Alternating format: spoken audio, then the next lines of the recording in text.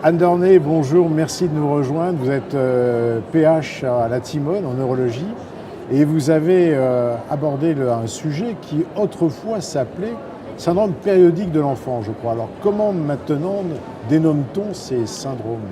Alors aujourd'hui, ça s'appelle syndrome épisodique rattaché à la migraine, ce qui veut dire que ça englobe toutes les expressions qui ne comprennent pas de céphalée, mais qui sont considérées comme étant des symptômes précurseurs de l'expression céphalalgique de la migraine.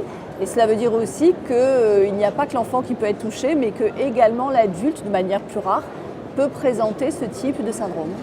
La fréquence de ces syndromes ? Alors chez l'enfant, probablement plus fréquent que chez l'adulte, probablement assez méconnu. Il y a à peu près, en fonction des symptômes, 10 à 20% des enfants qui peuvent avoir ces expressions particulières.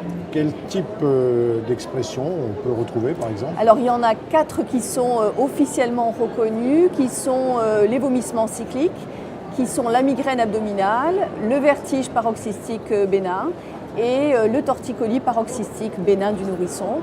Et puis un nouveau candidat depuis peu qui sont les coliques infantiles, qui sont un symptôme très connu par les pédiatres et dont on vient de manière très récente de faire un lien possible avec la migraine. Donc il y a tout intérêt à rechercher finalement dans la genèse, dans les antécédents de ces patients quand le diagnostic n'est pas très sûr de migraine ou quelqu'un qui vient pour consulter avec un diagnostic pas très franc, cette symptomatologie.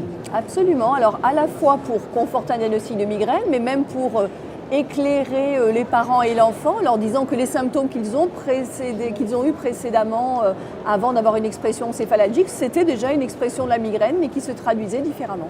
Y a-t-il une prise en charge thérapeutique particulière ou pas ? Alors c'est le point faible, d'abord parce qu'il n'y a quasiment pas d'études, il y a quelques cas rapportés et globalement en fait on s'inspire des traitements qui sont utilisés dans la migraine dans sa version céphalalgique, que ce soit dans le traitement de crise ou que ce soit dans le traitement de fond. D'accord, merci infiniment. Merci.